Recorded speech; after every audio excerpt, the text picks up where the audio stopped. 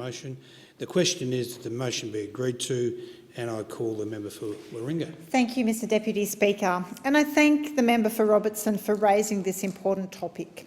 The Technology Investment Roadmap is the government's centrepiece climate policy. We've all heard the slogans, technology, not taxes, and there is in fact nothing else presented by the government. The policy provides a process to set and achieve theoretically technology goals like, for example, making hydrogen under $2 per kilo. Progress is measured via low-emission technology statements, and the advice on the roadmap is provided via a ministerial reference panel appointed by the minister and headed by the chief scientist, with business leaders and bankers also appointed. In sum, although it's welcome as a method to assess technology readiness, it is wrong to say that this is an emission reduction plan or an entire way of addressing climate change policy. The Technology Investment Roadmap in and of itself is not enough, and it is not a comprehensive climate action plan. It lacks accountability, transparency measures, and relies on dodgy assumptions. So firstly, the roadmap. It lacks sufficient funding to drive technologies to even have a hope of achieving its stated purpose.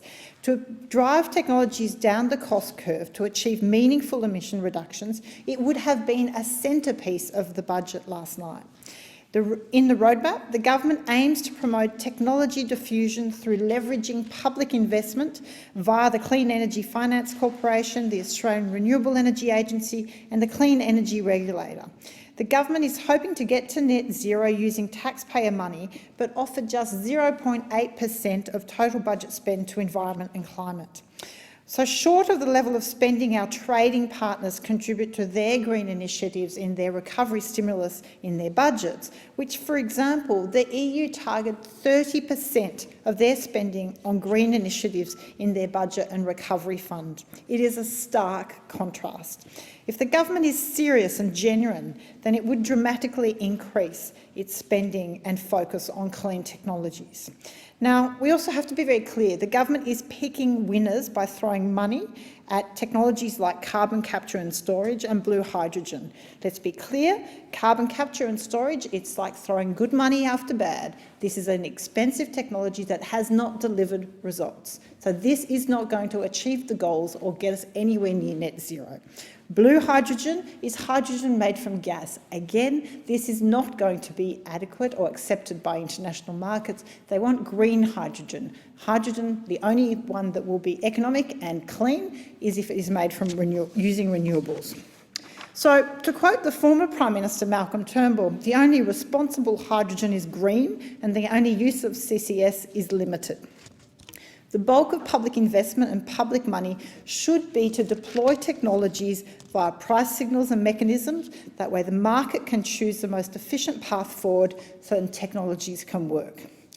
We need to look at the modelling that is used in this centrepiece of policy, because it does fall apart under scrutiny. There are grand claims in relation to jobs and how many millions of tonnes of emissions will be achieved, but there is no detail. The roadmap does not outline any of the detail of where the jobs will come from or how they will be created, nor which policies are responsible for what emissions reductions. It does not articulate policy proposals, strategies, modelling, or anything within which would lend credibility to the claim. There's no discussion of international approaches. There is no there's no case studies. It is simply picking at certain technologies. Sadly, we know from the inquiry into the climate change bills that the Department of Industry, Science and Energy has not been asked by the government to model a pathway to net zero. It begs the question, if you haven't done it by now and asked the department to do it by now, what are you waiting for?